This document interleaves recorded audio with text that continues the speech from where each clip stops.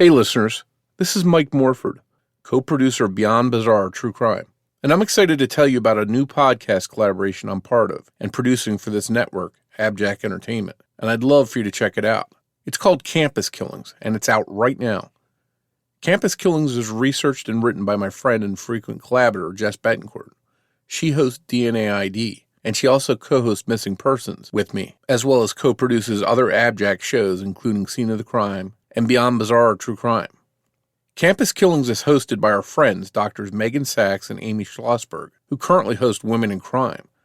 As criminologists, Meghan and Amy teach, research, write, and podcast about victims, offenders, and the issues surrounding our criminal justice system, and each have over 20 years of experience working in the system in various capacities, such as law enforcement, mental health, and offender reentry.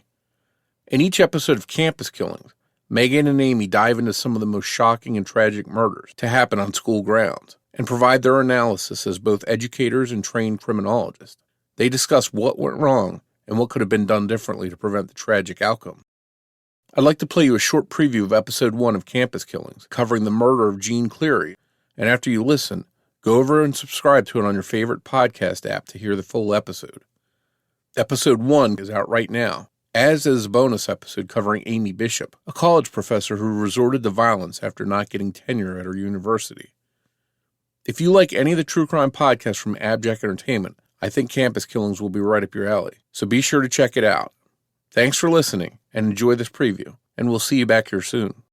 She was strangled with a metal slinky that her roommate identified as coming from their own dorm room, and this was according to the original autopsy. Keep that in mind. The county coroner later testified at the preliminary hearing that he compared the coiled wire slinky found under Jean's bed with the marks found on her throat, and they were a match. He would later come to change his opinion. But for now, he's saying the slinky was the object that caused her death. The official cause of death was manual strangulation with abrasions, bruises, and marks from the glass and the slinky visible on Jean's throat. Following this horrific murder, the dorms were unlocked during the day, but were supposed to be locked for the night at 10 p.m. or midnight, depending on who you ask. Stoughton had no guard, though, or security checkpoint. You know how we have those guards and security checkpoints on our campus? Well, unfortunately, none of those existed. I don't think they're very useful anyway, but they could or could not be useful, but they're another measure, layer of security. Sometimes they're deterrents, if nothing else. Sometimes they're a deterrent, exactly. Jean's death brought attention to the fact that dorms were supposed to be locked at night, but the students were known to prop the doors open for easy access. I mean, using pizza boxes and so on. I remember this kind of thing happening in my dorm as well. Immediately after her murder, Lehigh doubled security patrols and started enforcing the dorm locking rules, though. They visited all the dorms and reminded students to lock their doors. The campus police chief ordered more regular patrols of the dorms by his officers. The school sent a letter to parents and students encouraging them to look out for one another, walk in pairs, and stick to well-lit areas. The students and tennis team members expressed shock that this had happened at Lehigh. This was the first murder at Lehigh, which had been in existence since 1865.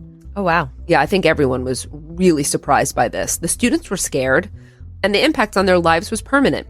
A year after the crime, it was reported that women on campus were much more aware of the dangers of walking alone and not locking their doors.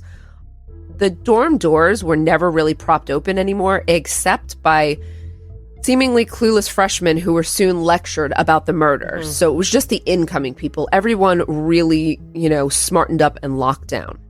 But what about the perpetrator?